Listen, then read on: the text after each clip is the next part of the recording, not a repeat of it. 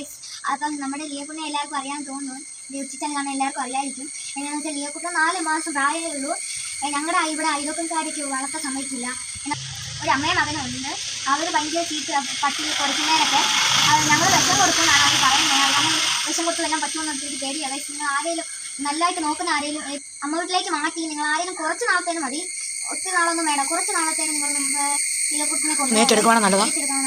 ഞങ്ങളൊന്നും ഞങ്ങൾക്ക് പൈസ ഒന്നും വേണ്ട, കുറച്ച് നാളത്തേനോ 1 2 3 കോട്ടയം ജില്ലക്കാരുണ്ടെങ്കിൽ എന്ന് വെച്ചാൽ 1 2 മാസം മതി. അത് കഴിഞ്ഞിട്ട് ഞങ്ങൾക്ക് ലിയോക്കുട്ടിനുള്ളത് മീനടത്താണ്. ലിയോക്കുട്ടിനുള്ള മീനടത്താണ്. മീനടം പറത്തലമറ്റം. മീനടം പറത്തലമറ്റത്താണ്. രാജുവിന്റെ വീട് ചോദിച്ചാൽ മതി. കുമ്മനത്തിലെ രാജുവിന്റെ വീട് വെച്ച് അറിയായിരിക്കും. അവിടെ ഉണ്ട് വന്നിട്ട് എടുക്കാമെങ്കിൽ അവിടെ ഏറ്റെടുക്കുകയാണെങ്കിൽ ഞങ്ങൾക്ക് സന്തോഷം ഉണ്ടാവും. 1 2 3 മാസം വല്ല മതി. ഒത്തിരി ഒന്നും നിങ്ങൾ ലിയോക്കുട്ടിനെ ഇല്ല, നല്ല ഇണങ്ങുന്ന ലിയോക്കുട്ടിനാണ്. പുറത്തോട്ടൊന്നും പോകും, അഴിച്ചുവിട്ട് അകത്തോട്ട് കയറി പോരും. ശല്യമൊന്നുമില്ല, കഴിക്കുകയൊന്നുമില്ല.